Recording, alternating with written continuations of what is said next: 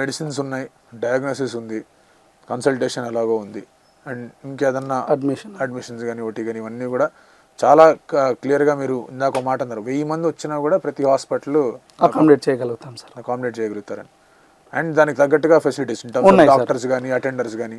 Medistar హాస్పిటల్స్లో నేను ఒకటి చెప్పగలుగుతాను సార్, కార్పొరేట్ స్థాయిలో ఉన్నటువంటి వాళ్ళు కార్పొరేట్ స్థాయిలో ఏదైతే ఎక్స్పెక్ట్ చేస్తారో, లైక్ రూమ్స్ కావచ్చు, డాక్టర్స్ కావచ్చు, నర్సింగ్ కేర్ కావచ్చు, ఈవెన్ ఫ్రంట్ ఆఫీస్ సర్వీసెస్ కావచ్చు, ఏ సర్వీస్ తీసుకున్నా కానీ 100% వాళ్ళకి కార్పొరేట్లో ఏదైతే సర్వీస్ దొరుకుతుందో ఆ సర్వీస్ అనేది మన హాస్పిటల్లో అఫోర్డబుల్ ప్రైస్లో మనం ప్రొవైడ్ చేస్తున్నాం. అంటే ఫర్ ఎగ్జాంపుల్ ఒక సెపరేట్ రూమ్ కానీ, ఎస్ కరెక్ట్, దానికి అటెండర్కి ఉండాల్సి ఒక చిన్న చోటు అండ్ అలాగే వాష్రూమ్. మా రూమ్స్ చాలా పెద్దగా ఉంటాయి సార్. మీరు ఈవెన్ కార్పొరేట్ హాస్పిటల్లో చూసుకున్న రూమ్ కంటే చాలా పెద్దగా ఉంటుంది, ఇంకా అంత స్పేషియస్గా రూమ్స్ ఉంటాయండి.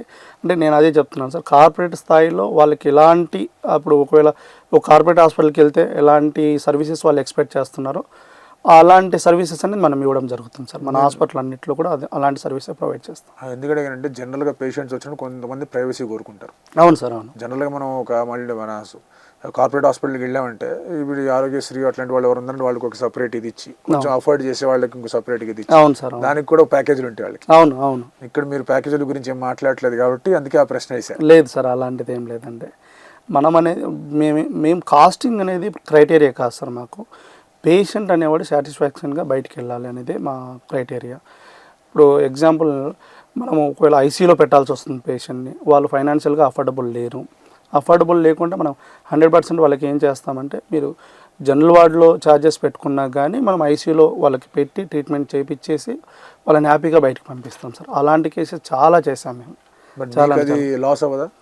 లాస్ అనేది ఏముండదు సార్. నేనేమంటున్నానంటే, అతను వెళ్ళి మళ్ళీ 10 మందికి చెప్తాడు సార్. మేము అదే కాన్సెప్ట్లో ఆలోచిస్తామండి. అతను సాటిస్ఫై అయ్యి బయటికి వెళ్ళాడు అనుకోండి, తనే 10 మందికి చెప్పగలుగుతాడు కదా సార్. సో ఈ నవంబర్లో స్టార్ట్ చేశారు. అవును సార్. సో నెక్స్ట్ నవంబర్కి ఇంకేదైనా కొత్త స్కీమ్తో వద్దామని ఆలోచనలో ఉన్నారా మీరు?